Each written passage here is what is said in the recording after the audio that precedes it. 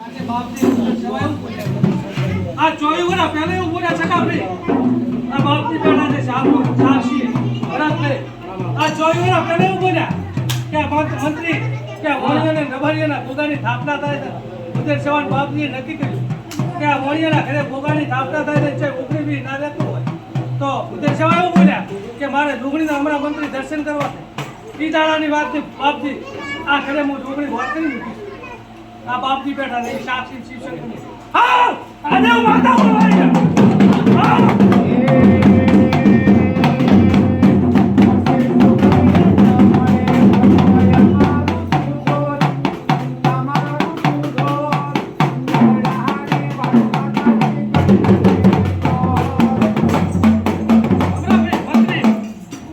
હા તો તમારી શેઠની ભાઈબંધની ઘંટીની ભાઈબંધની હું માતા છું ભરત હા તો સુનિલભાઈ કદાચ તમે 500 કિલોમીટર થી આવો મને જોગણી કદાચ બાય 500 નું 17 ચડાવતા હશો જેટલો ભાવ લઈને આવતા હતા 17 ચડાવવાનો કોઈ બિસ્કીટનો અને ફરી છોકરા કરાવવો હોય તે વિચાર પણ આજે એવું બોલો આવીશું કદાચ જોગણીએ જો ધોર કરી દો મોડા વડલા વાવો તો પોણે પૈન થાકે બાપની તાર વડલા મંત્રી તૈયાર થાય ટોલેના ટોલા પોણી ભરત નાખે તાર આજ જઈને જોજો કુદારો પોણીનો લોટો નહીં વાયો દેવા તે પોણીનો લોટો કોઈ પાવા નહીં જો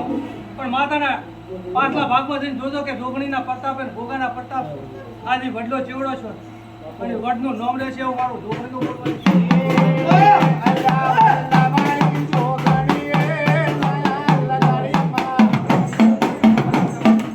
અમૃતભાઈ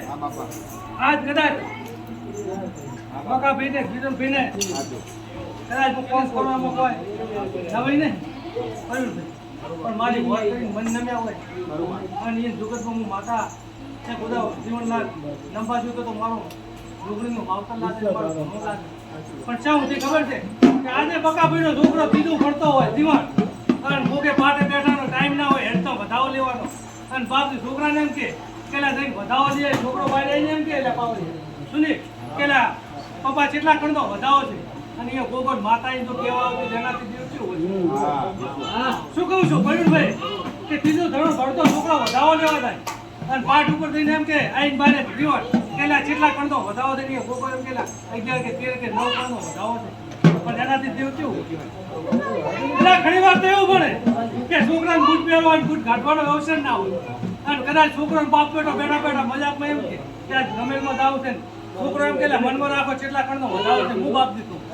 શું કહું છું તો એ ગોગો આવીને ગણીને કે બરાબર પણ એનાથી પેલા જીવન કેવું તમારું જીવ શું કામ કરે અને એક દાડો કોઈના જમાઈ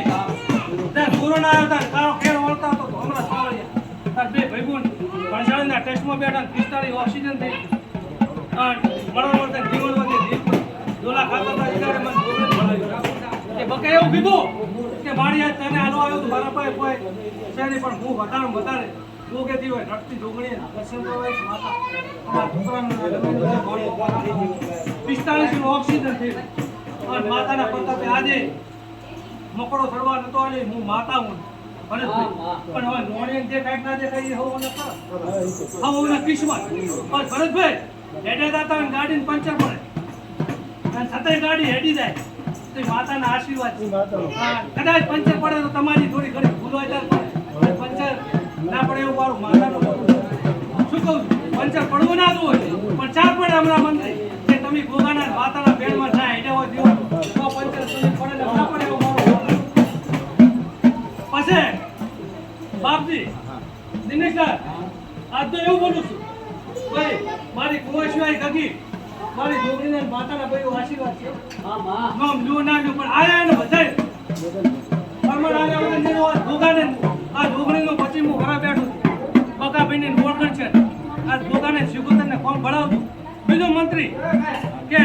તમે ચેહર કરી રહ્યા પણ આ પછીમાં વરામાં ચેહરનો સમય છે તમારો સમય આવશે આવું હું માતા બોલો એક બીજા વિગત અબુબેન હાલો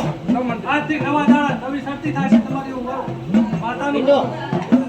સુનિલભાઈ પ્રવીણભાઈ પંડિત આજ તો એવું માતા કહેવાય તો તમે ગોગા અમે હજી વાત કરીને બેઠા ગોગો તમારા આમ થઈ ગયા પછી અમારું જોગણીનું બોલું હા ચાય કદાચ કોઈ ભગવાનની તમારી પોતાનું પરમાણુ શિકોતર લાગ્યા વગર આજ ગમેનમાં બોલીએ છીએ શિકોતર પણ હોય એવર છે શિકોતર ખોટી નથી શિકોતર પાસે ગોડા થાય તો શિકોતર ઊભી દે શિકોતર ભરે બસ એનું પ્રમાણ દેતો હું મારું માતાનું બોલું આપણે બીજેની કોઈ દેવ ઓળાવણ થતું નથી પણ શિકોતર પ્રમાણ આવે પછી ઘરધણી ગોચીને જેનો હોય એનો ઘરધણી ગોચીને વાત પડે છે આવું હું માતા બોલવા કનાભાઈ સુરાભાઈ કદાચ ડગલે પગલે મને માતાને તમે નવી નહીં દે હા તમે તમને છે નંબા નહીં જતી ગોગો પ્રવીણભાઈ મહારાજ સમાજ બધા ગોગા મહારાજ